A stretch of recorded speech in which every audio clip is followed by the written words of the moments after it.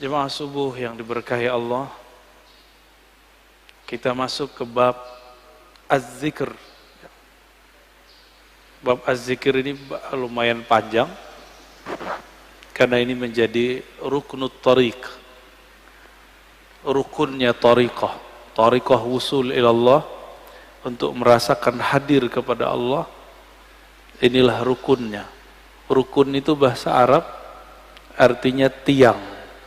Nggak ada tiang ini nggak berdiri, ya. Sebenarnya apa arti daripada zikir? Az-zikru ada beberapa makna. Namun di sini beliau memulai daripada faedah zikir. Az-zikru yusmirul maqamat kullaha minal yaqazah ila tauhid. Jadi zikir itu menghantarkan orang dari kesadaran batin, kita sadar nih, kita baca, ila tauhid, kepada tauhid, mengesahkan Allah subhanahu wa ta'ala. Wa yusmirul ma'arif wal ahwal, bisa membuahkan ma'rifat dan ahwal. Sebelum masuk ke bagian-bagian intinya, mari kita baca Al-Fatihah untuk baginda Nabi Muhammad sallallahu alaihi wasallam, karena beliaulah Sayyiduz Zakirin, pemimpin ahli zikir, dan kita kirimkan, kita bacakan untuk qalbu kita. Dan begitu juga pengarang kitab ini, Syekh Abdul Qadir Isa Asy-Syadzili Al-Qadiri. Al-Fatihah. A'udzubillahi minasyaitonir rajim. Bismillah. إياك نعبد وإياك نستعين صراط الذين أنعمت عليهم غير المغضوب عليهم ولا الضالين.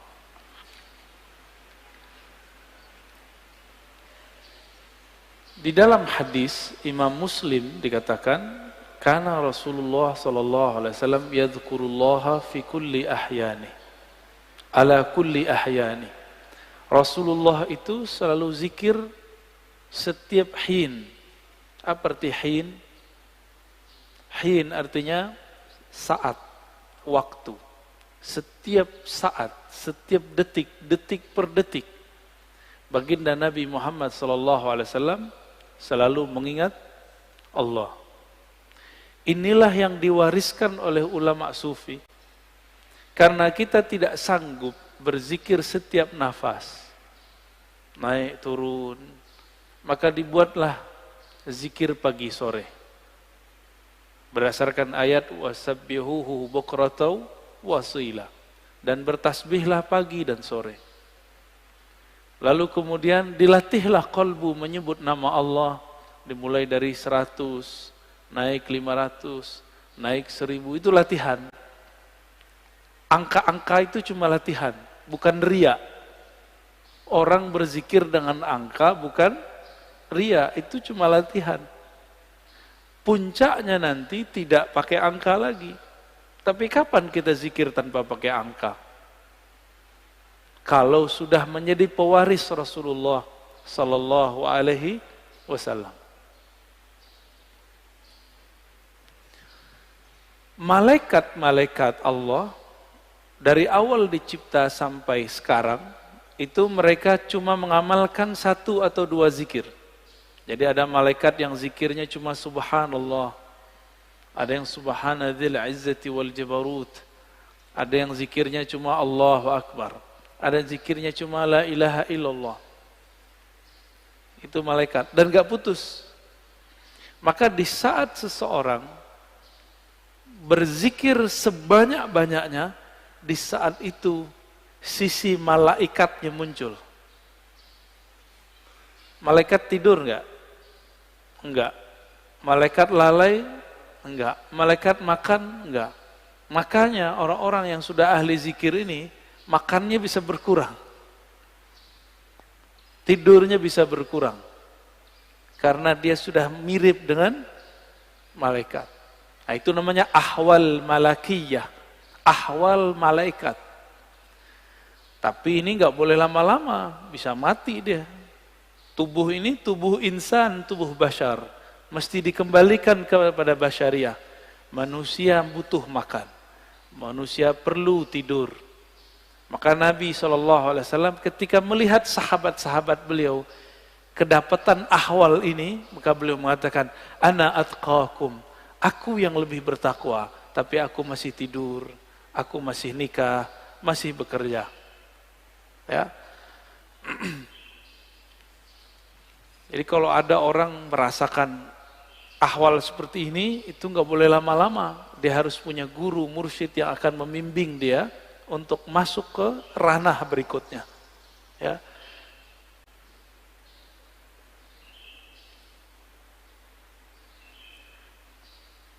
Kata zikir artinya ada dua.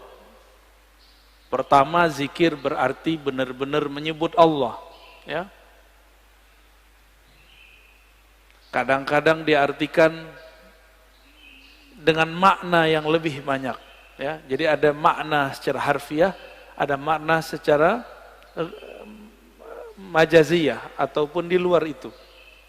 Bisa jadi diartikan zikir itu sholat Jumat, Al-Quran, majelis ilmu. Tapi itu penjelasan lain. Zahir dari zikrullah menyebut Allah. Ya. Dalilnya di sini disebutkan ada sekitar 15, ini baru sebagian.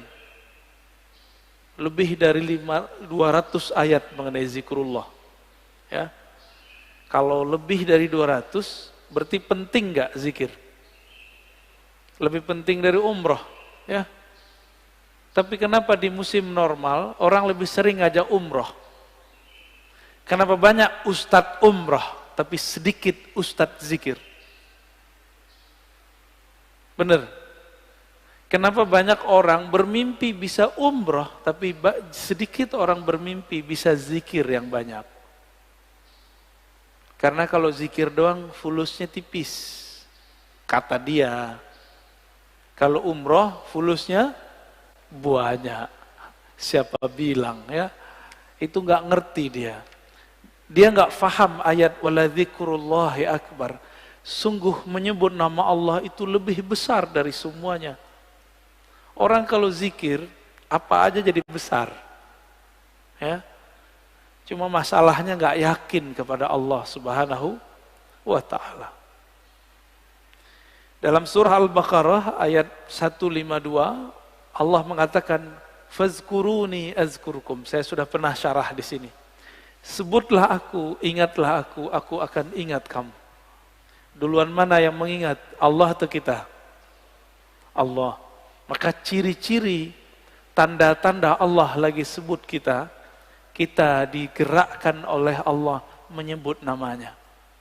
Itulah hakikat ayat ini. Lalu surah Ali Imran 191, alladzina yazkurunallaha qiyaman wa qu'udan wa 'ala junubihim.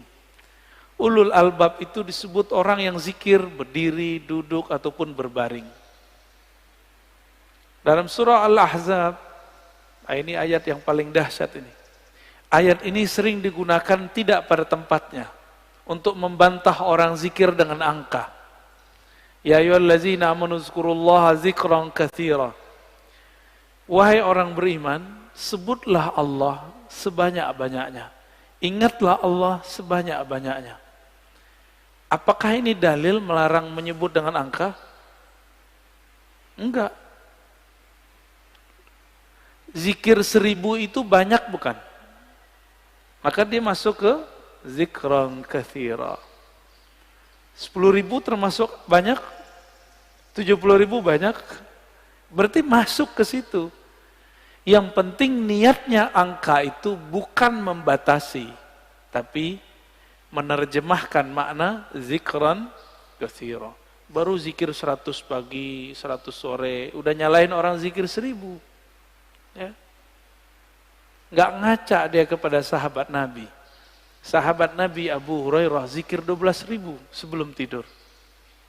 Ada yang bisa zikir 12.000 sebelum tidur? Keburu tidur ya.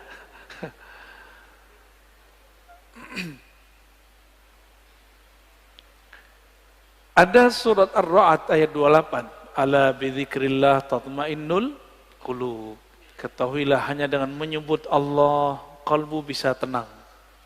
Jadi antum mau belajar apa aja, itu kalbu nggak akan tenang. Jadi orang kalau hijrah, tidak hijrah zikrullah, nggak akan mendapatkan kedamaian kalbu.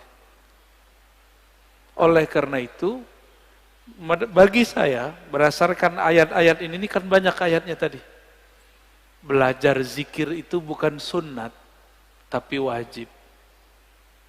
Ya, belajar zikir itu sunnat, salah itu. Belajar zikir itu wajib. Kenapa disebut wajib? Allah mengatakan, aqimis salata li dzikri. Dirikan salat untuk mengingatku. Salat wajib enggak? Wajib. Supaya kita dari awal takbir sampai assalamualaikum connect kepada Allah Subhanahu wa taala, maka yang dilatihkan apa? Gerakan yang bagus atau zikir yang mantap? Apa yang dilatihkan? Dirikanlah salat untuk mengingatku. Berarti yang dilatihkan apa? Mengingat Allah yang dilatihkan. Jangan sibuk masalah ini wajahtu atau enggak pakai ini. Enggak khusyuk antum ntar, malah kusut nanti. Jangan sibuk masalah usoli bid'ah atau tidak bid'ah, enggak khusyuk nanti. Oh ini kan ilmiah, ilmiah itu bagian akal. Kalau sholat pakai kolbu. Jadi kita enggak ada debat lagi kalau sholat. Antum mulai sholat debat. Wah imamnya jahar nih bismillahnya. Kata mazhab ini ngaji lagi sholat. Ya, pengajian dia lagi sholat. Kuliah aja kali ya. Imamnya kunut, debat lagi di hatinya. Kunut itu menurut imam ini bid'ah. Ngapain? Sholat itu bukan lagi berdebat. Sholat itu menikmati santapan-santapan zikrullah. Ya. Jangankan itu, Muawiyah ibn al-Hakam al-Aslami, ada orang bersin lagi sholat. Dia lagi sholat, dia baca yarhamukallah. Gimana Pak? Boleh nggak? Kita lagi sholat, ada orang bersin, terus kita bilang yarhamukallah. Gimana? Gimana sholatnya? Masalahnya sahabat ini kan nggak semua ngerti fikih. Nabi lagi ngajarin. Lagi sholat, sahabat bentak dia. Kayak anak kecil dulu. Maka Nabi ini ngajarin sahabat betul-betul satu persatu. Lagi sholat, bentak sahabat. Gimana tuh? Apa kata beliau? Selesai sholat, Nabi tidak mengata-ngataiku. Bi abi wa ummi, demi Allah, demi ayah ibuku, beliaulah guru terbaik. Guru paling ideal, gak pernah ngata-ngatain orang. Terus Nabi bersabda, kata beliau, wahai Muawiyah, salat itu la tasluh, tidaklah cocok kecuali zikrullah dan tasbih. Maksudnya, kamu gak usah tanggapin kalau ada orang bersin. Itu cuma nanggepin orang bersin, apalagi nanggepin orang kunut. Buat dalil lagi dalam hatinya ya. Wah, di mazhab gua nih nggak ada nih. Nggak ngangkat tangan ah. Debat, lagi sholat debat. Berdebat dengan diri sendiri. Ini kan kasihan. Ini tanda sholatnya, belajar sholatnya bukan dengan zikrullah. Belajar sholatnya dengan apa? Dengan nafsu pengen berdebat, ya. Kalau udah sholat, nggak ada debat, nggak ada pengajian, ya, ngaji nanti habis sholat atau sebelum sholat. Taib. Ini dalilnya banyak sekali ya. Berdasarkan ayat ini semua, Ibnu Abbas radhiyallahu taala anhuma mengatakan, yang dimaksud dengan ayat-ayat tadi, Yazkurunallah fi adbaris salawat wa ghuduwan wa ashiyan wa kullama istayqaza min naumih wa kullama ghada aw raha min manzilih dzakarallaha katsira. Yang dimaksud ayat-ayat tadi, zikir pagi sore, orang yang tidak lalai karena bisnis, yaitu mereka yang zikir ba'da salat, zikir ghuduwan wa ashiyan, pagi dan sore, zikir saat bangun, zikir saat berangkat, zikir saat pulang. Jadi nggak ada waktunya kecuali zikrullah. Qala Mujahid, murid dari Ibnu Abbas mengatakan, seseorang nggak disebut ahli zikir hatta yazkurallaha qa'iman wa qa'idan wa muttaji'an. Sampai dia ingat Allah baik dalam keadaan duduk, berdiri ataupun tidur. Gimana caranya zikir dalam tidur, Pak? Udah ada yang nyoba belum? Ini aneh nih minum. Gimana cara zikir kalau lagi minum? Bismillah, itu zikir sebelum minum. Bismillah. Itu zikir sebelum minum. Lagi minum, zikirnya apa?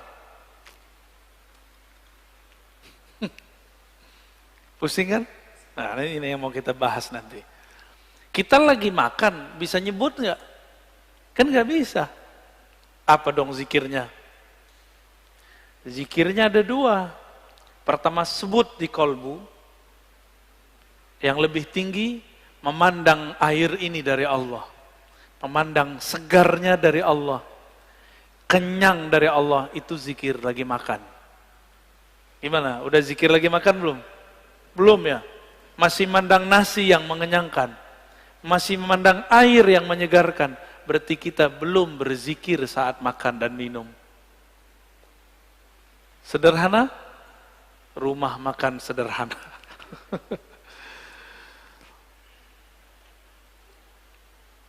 Imam Nawawi mengatakan ajma'al ulama ala jawaziz zikri bil qalbi wal lisan lil muhdits wal junubi wal haidi wal nufasa.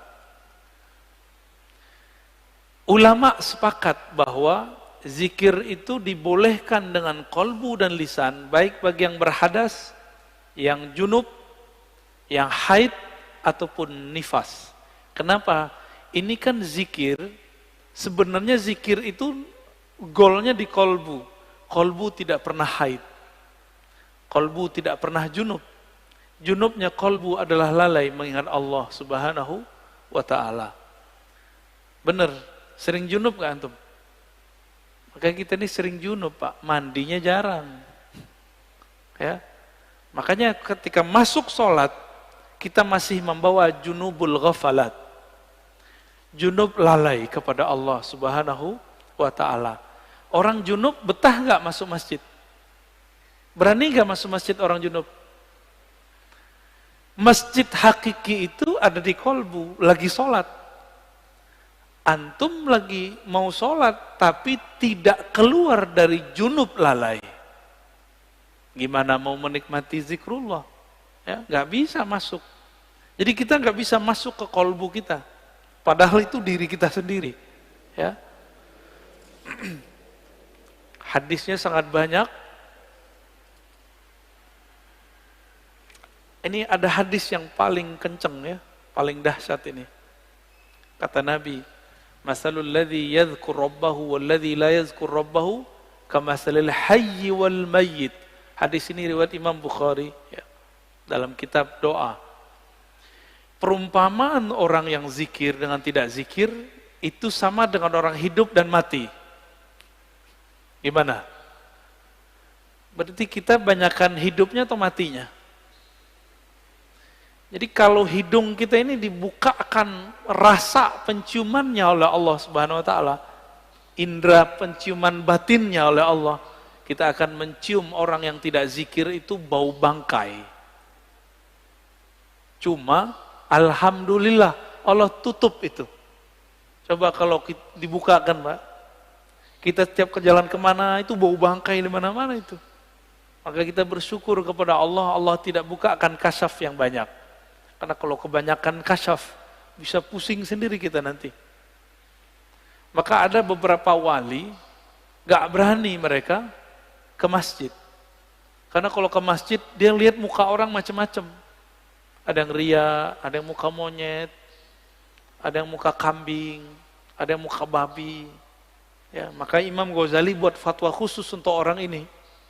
Ya, dibolehkan oleh Imam Ghazali bagi orang ini tidak sholat di masjid sementara sampai ahwal itu hilang.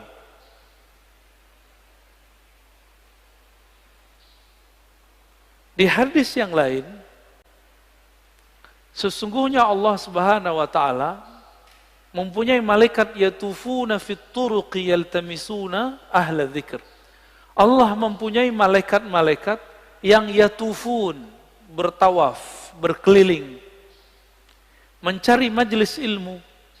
Ketika mereka bertemu, mereka berteriak, mereka memanggil kawan-kawannya, halummu ila hajatikum, wahai sahabat-sahabatku, wahai para malaikat, berkumpullah. Jika yang dipanggil itu ada manusia yang sudah mendekati karakter malaikat, maka dia juga terpanggil ke majelis itu.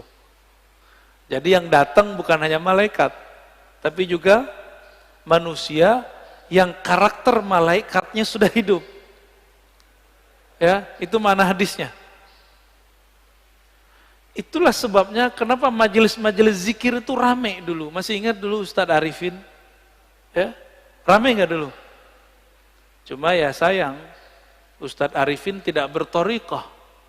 Akhirnya tidak ada kaderisasi murid menjadi mursyid. Karena beliau bukan mursyid. Tapi kita berterima kasih berkah beliau Indonesia dizikirkan dengan zikirnya yang khas, dengan suara serak-serak basahnya yang lumayan. Ya. Tapi beliau meninggal ya sudah. Untungnya di negeri ini banyak mursyid-mursyid tarekah. Ya, kita beruntung banyak mursyid-mursyid yang mereka memegang ajaran-ajaran zikrullah. Meskipun dituduh ahli bid'ah, dituduh sesat, dituduh gila, mereka nggak mau hiraukan, mereka tetap jalan. Ya. Itu malaikat ganti shift, fayahuffunahum bi ajnihatihim ila sama'id dunya. Ketika mereka berkumpul, itu malaikat meliputi orang-orang yang duduk di majelis zikir dengan sayapnya. Ada yang lihat gak? Antum kalau kasyaf bisa lihat. Untung tidak kasyaf. Karena kalau kasyaf pasti ketakutan. Ya. Itu sampai ke langit pertama. Nyundul langit. Makanya malaikat dari timur, dari barat lihat, wah kayaknya ada majelis zikir nih. Mereka akan berkumpul. Kalau ada manusia, kolbu yang sudah berzikir, dia akan ikut meramaikan majelis tersebut. Semoga kolbu kita termasuk kolbu yang sudah berzikir. Amin ya rabbal alamin. Semoga yang hadir ini dipandang Allah, kolbunya kolbu berzikir. Amin ya Rabb. Lalu mereka ditanya oleh Allah, wa huwa a'lamu bihim. Pada Allah lebih tahu keadaan mereka. Ma yaqulu abdi, apa yang dibaca oleh hambaku wahai malaikat? Lalu mereka mengatakan, mereka bertasbih kepadamu ya Allah, bertahmid ya Allah, bertakbir ya Allah, bertahlil. Apa kata Allah? Hal ra'auni, apakah mereka melihatku? Lalu para malaikat menjawab, tidak ya Rabb. Seandainya mereka melihat aku, bagaimana? Oh, kalau kita udah melihat Allah, antum tuh nggak mau kerja lagi, mungkin nggak mau nikah lagi. Ya udah asik dengan zikrullah. Ini hadisnya panjang ya, maka disebut dengan humul julasa la yashqa bihim jalisuhum.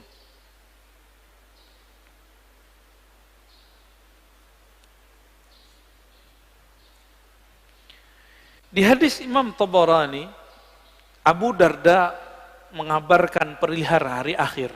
Rasulullah SAW bersabda, nanti di hari kiamat, Allah akan bangkitkan beberapa kelompok manusia, wajahnya bercahaya. Fi wujuhim nur. Lalu ditaruh mereka di atas minbar-minbar yang terbuat dari lu'lu'. Yaghbituhumun nas, laisu bi anbiya wala syuhada. Mereka bukanlah nabi, mereka bukanlah syuhada. Faja a'rabiyun ala rakbatayhi faqala ya Rasulullah, hilhum lana na'rifhum. Lalu datang Arab Badui berani naja, wahai Rasulullah, siapakah mereka? Ceritakan kepada kami. Dijawab oleh Nabi, mereka itu dua karakternya. Satu, al-mutahabbuna fillah. Mereka saling mencintai dalam rahmat Allah. Dan yang kedua, yajtami'una ala dzikrillah. Mereka banyak di biladin syatta, di banyak negeri, kemanapun mereka berzikir kepada Allah Subhanahu wa ta'ala. Ini orang-orang begini nih. Nanti Nabi aja bingung. Wah, kok ada makhluk begini ya? Bercahaya. Ini hadisnya sangat banyak. Kita pendek aja ya.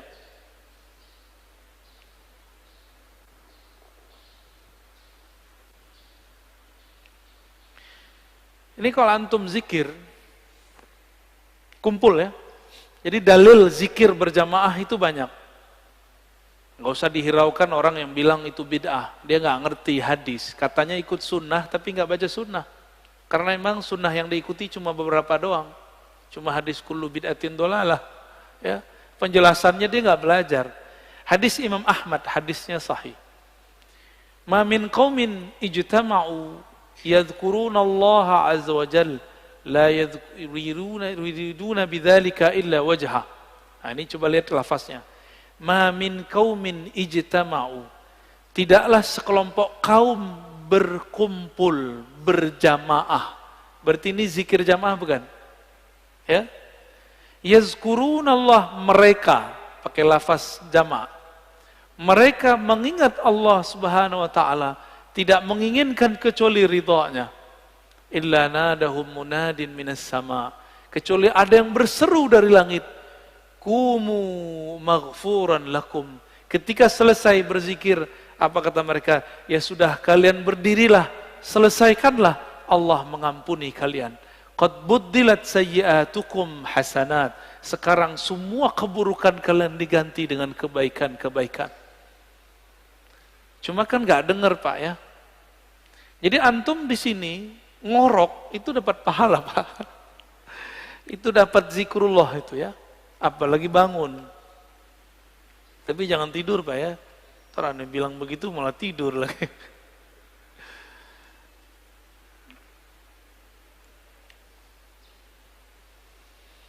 Sayyidina Ibn Abbas menyebutkan keutamaan zikir. Jadi di sini ada kaul-kaul ulama mengenai keutamaan zikir. Kalau sholat ada batasnya atau tidak terbatas? Sholat bisa kapan aja nggak? Bisa kapan aja? Boleh nggak sholat di WC? Boleh nggak sholat habis subuh sampai terbit matahari? Ini jangan ada lagi saya lihat Pak ya. Lagi taklim sholat syuruk. Itu jahil namanya. Ya, ini kita kasih tahu berulang-ulang. Ngaji satu bab, dengar satu hadis, itu lebih afdol daripada 100 rakaat. Antum dapat hadis. Kalau orang zikir ba'da sholat subuh berjamaah di masjid, lalu sampai syuruk, sholat 2 rakaat. Bagi dia pahala haji dan umrah, tamah, kan begitu. Sempurna. Itu kalau nggak ada taklim. Kalau taklim, apa kata Nabi? Lebih afdol daripada 100 rakaat. Bahkan di riwayat Ibnu Majah 1000 rakaat. Antum sholat 2 rakaat, lewat maklumat ini. Mungkin lagi sholat juga dengerin ceramah saya kali. Kalau belajar beribadah itu jangan konyol. Beribadah itu bil ilmi. Ya. Jangan beribadah itu bil jahli. Kalau nanti ada lagi ya sudah ya, kita nggak maksain. Kita nggak maksain juga Pak. Tapi kalau ada silakan. Ya. Tapi saya lihat ada aja di masjid, banyak masjid udah kita kasih tahu masih aja. Ya. Antum dengerin satu hadis, itu lebih afdol daripada 100 rakaat. Padahal sholatnya cuma 2 rakaat. Ninggalin faedah 100 rakaat. Pilih mana? Kalau hitung-hitung duit, mana yang lebih untung? Ya ngaji. Sholat juga belum tentu khusyuk, ya. Kusut udah pasti.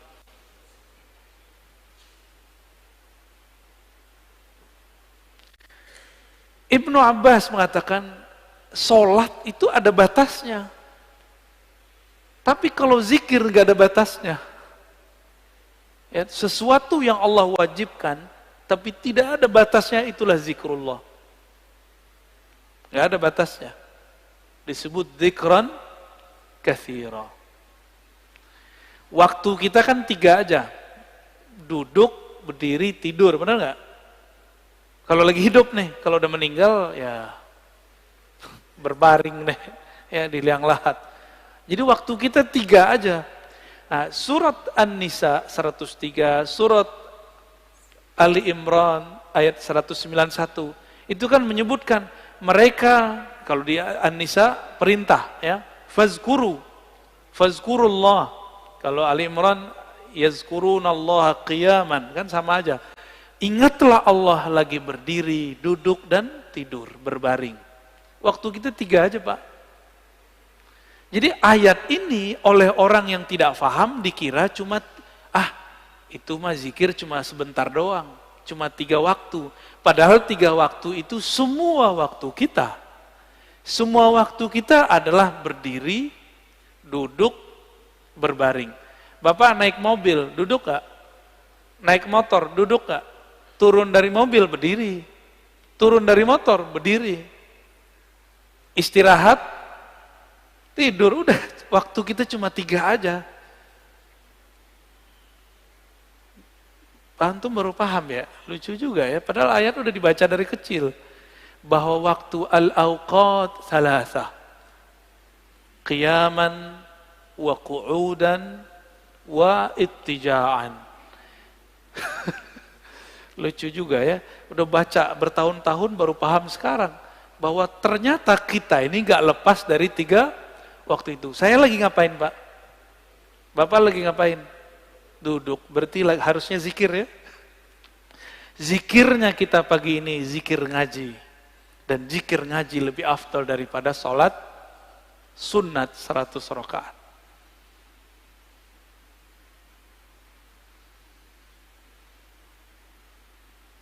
Ibnu Athaillah As-Sakandari mengatakan zikir itu usaha melepaskan kalbu dari ghaflah.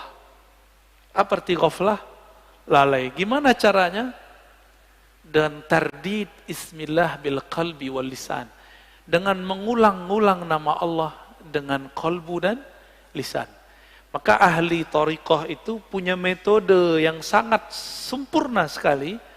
Metode berzikir dengan kalbu dan berzikir dengan lisan, ya. Nanti ada masanya di sini kita zikir, saya talkinkan semuanya, Pak. Tergantung sirnya turun atau belum. Ini belum ada, Pak, sekarang belum. Karena kalau di kolbunya belum ada koneksi, itu ngefek, ya. Bapak sholat aja nih, ada debat 1-2 orang masalah kunut, itu ngefek ke badan saya. Langsung nggak nyaman rasanya. Itu terasa, Pak, bagi saya. Agak sensitif dikit, ya. Jadi ada nih orang ngerasa, kunut, itu langsung gak nyaman saya. Ya. Apalagi di samping saya itu mengganggu sekali. Maka mending gak kasyaf. Karena kalau kita kasyaf, kedengaran isi hati orang kan gawat. Ya. Kata Imam Al-Qushairi, az-zikru mansyurul wilayah wa manarul wuslah wa tahqiqul iradah.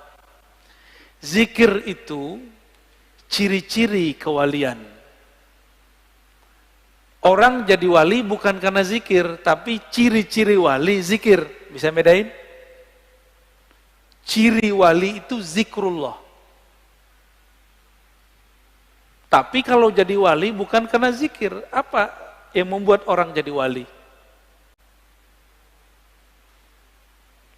Wali itu artinya kekasih. Kekasih itu pasti kenal. Kenal itu membuat dia jatuh cinta. Maka al-wali man ya'rifullah wa yuhibbu, yang mengenal Allah dan mencintai Allah, itu yang disebut wali. Tapi bagaimana cara kenal Allah? Allah sifatnya sangat sempurna sehingga tidak bisa kita terka-terka. Maka ada dua mazhab sahabat, mazhab Abu Bakar dan mazhab Ali. Abu Bakar mengatakan, engkau bermakrifat, yaitu ketika engkau mengaku engkau tidak punya makrifat.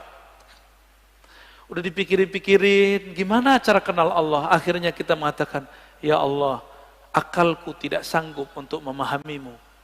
Qalbuku hanya sanggup menyebut namamu. Hanya engkaulah yang bisa mengenalkan dirimu. Maka Sayyidina Abu Bakar mengatakan, al-ajzu an darkil idrak. Ngaku tidak tahu, itulah ma'rifat sebenarnya. Menurut siapa? Abu Bakar As-Siddiq. Lain dengan Sayyidina Ali. Sayyidina Ali mengatakan, la ya'rifuka illa anta ya Rabb. Tidak kenal engkau kecuali engkau ya Allah. Maka kenalkanlah dirimu kepada kami ya Allah. Sayyidina Ali begitu mintanya. Ya. Jadi zikir itu mansyurul walayah. Itu pencirian wali. Berarti karena ini ciri-ciri wali, ada yang ngambil ciri-ciri wali, dia bukan wali. Ada yang ngambil zikir, tapi dia bukan wali Allah. Ini hati-hati. Hati-hati ya. Dia bukan wali Allah. Tapi dia memakai jaketnya wali. Yaitu zikrullah. Untuk apa? Nanti untuk kesaktian, untuk pelet, pelaris, bermahar itu, mahal itu maharnya. Ya. Orang-orang begini, itu makai waju wali, tapi dia bukan wali. Bisa bedain? Tapi orang mengira dia wali. Ya. Orang akan mengira dia kekasih Allah, padahal dia sedang menipu Allah. Yukhadi'un Allah. Ya. Mereka sedang menipu Allah. Hati-hati sama orang-orang begini. Ya. Oleh karena itu, zikir itu bagi kita mesti bersanad dan berijazah, supaya aman. Kalau nggak bersanad, nggak berijazah, bisa ketuker. Kita kira dia wali, padahal dia bukan wali.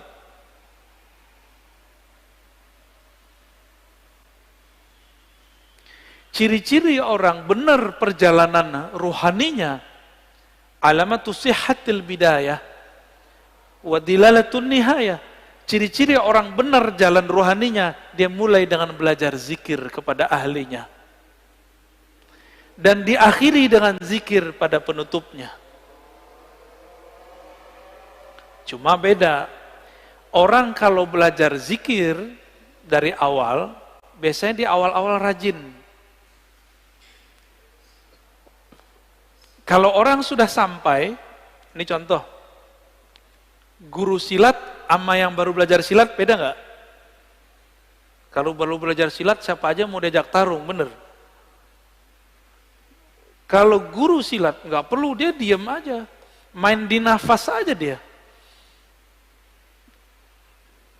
Ngelihat langkah orang udah tahu dia ini jawara apa enggak, ya enggak? Tapi kalau yang baru belajar silat gimana? Semua orang mau ditantangin sama dia, ya. Sama lah begitu. Latihannya banyak. Kalau guru silat kan nggak perlu banyak latihan, karena gerakan itu sudah di dalam dirinya. Maka kalau ingin wusul kepada Allah, jangan mengikuti ahwal makomatnya guru, tapi ikuti cara guru supaya bisa menjadi guru. Gimana cara beliau dulu? Beliau pasti dulu rajin berzikir. Ya, ini maksud kalam beliau. Dan beliau mengatakan, Imam Kusyairi, az-zikru ruknun qawiyyun fit tariq. Ini yang saya sebutkan di depan. Zikir itu adalah rukun besar, rukun yang kuat, yang membuat orang bisa bertahan menjalani jalan kepada Allah Subhanahu wa ta'ala. Ini yang unik. Kenal Ibnu Qayyim enggak? Siapa Ibnu Qayyim? Imamnya Wahabi, imamnya Salafi. Ternyata dia di akhir hayatnya berbicara tentang tasawuf. Dalam kitabnya Al-Wabilus Shayyib, ya, halaman 52, di beberapa cetakan beda halaman, kata beliau, wala raiba annal qalba yasda' kama yasda'un nahas wal fiddah wa ghairuhuma wa jilauhu bidzikr. Besi bisa karatan enggak? Bisa. Besi itu dulu atau kaca itu bisa karatan. Sama, kolbu itu kan mirip seperti itu. Dia bisa karatan. Pembersihnya cuma zikrullah. Ini Ibnu Qayyim yang ngomong. Maka Ibnu Qayyim ini menganjurkan zikir dan istighfar, zikir dan istighfar. Dan dia mengajarkan di bagian lain di tempat, di kitab awal Al-Wabilus Shayyib, agar seseorang mempelajari zikir kepada gurunya, kepada ahlinya. Dan dia di situ bercerita tentang Ibnu Taimiyah, imam Salafi. Itu kalau teman-teman Salafi tahu, saya nggak tahu, nggak ngerti apa yang terjadi nanti. Ya, apakah dia akan membid'ahkan imamnya? Saya nggak ngerti ntar. Ibnu Qayyim, begitu juga murid-murid Ibnu Taimiyah meriwayatkan hal yang sama. Ibnu Taimiyah habis sholat subuh, beliau duduk membaca zikirnya, wiridnya sampai tengah hari. Kira-kira gimana Pak? Bid'ah nggak tuh? Ya, kita zikir bentar aja disebut bid'ah. Ya, ini dia zikir dari ba'da subuh sampai siang hari. Di kitab Manaqib Ibnu Taimiyah disebutkan beberapa zikir Ibnu Taimiyah adalah baca Al-Fatihah 40 kali. Gimana tuh? Dia wiridan, torikotnya torikot Al-Fatihah tuh. Fatihah diulang tardidul Fatihah 40 marrah. 40 kali dibaca-baca. Bismillahirrahmanirrahim. Begitu, dibaca lagi. Ini yang kita sebut apa namanya? Wiridan. Ditanya oleh Ibnu Qayyim, wahai Tuan Guru, Syekhul Islam, apa gerangan yang terjadi pada engkau? Kok zikir selama itu? Apa jawaban beliau? Zikir itu adalah ghazai, kuti wa ghazai, adalah makanan ruhku. Itu kata-kata siapa? Ibnu Taimiyah. Jika aku kurang memberikan makannya, maka jiwaku menjadi lemah. Begitu Ibnu Taimiyah di akhir hayatnya. Coba antum zikir bentar aja tasbih 500 kali puter, langsung diejekin sama mereka ya. Ini terjadi pada Abu Yazid Al-Bustami. Abu Yazid itu hidup jauh sebelum Ibnu Taimiyah. Jadi orang begini itu sudah ada dari dulu. Jadi imam kebetulan. Kebetulan jadi imam. Abu Yazid duduk di pojok situ zikir. Orang udah mau pulang dia masih zikir di situ.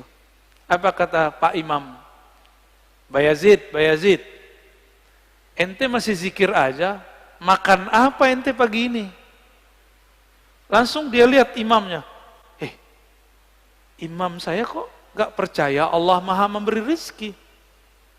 Maka beliau langsung berdiri dan mengatakan, u'idu sholati, aku harus mengulang sholatku. Kenapa?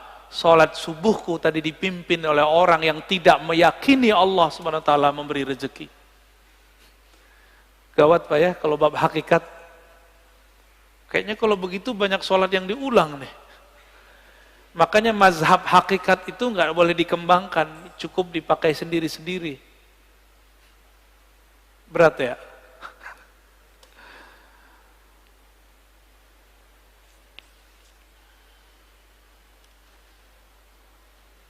Jadi mau murid, mau guru, mau mursyid, mau salik, dia harus punya zikir.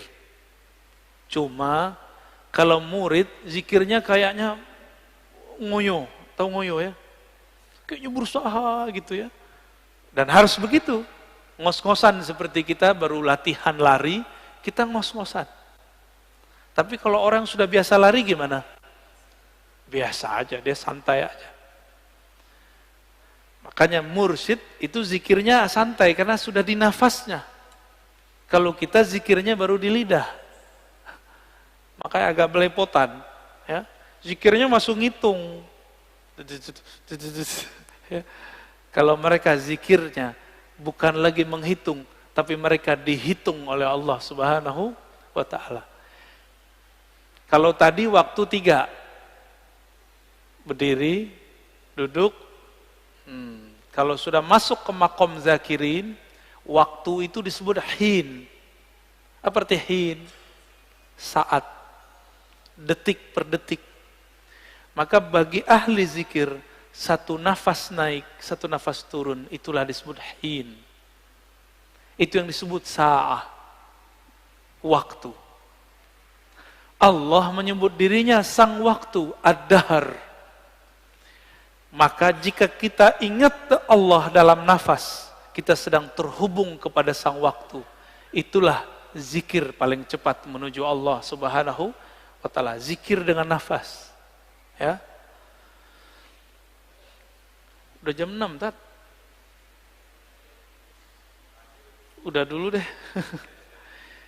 Pekan depan, bukan pekan depan, bulan depan insya Allah kalau umur panjang, kita lanjut zikir sir, zikir jahar. Ya. Zikir ngitung, nggak ngitung. Zikir pakai tasbih, nggak pakai tasbih. Bid'ah atau tidak bid'ah, nanti kita bahas ya, insya Allah bulan depan, insya Allah.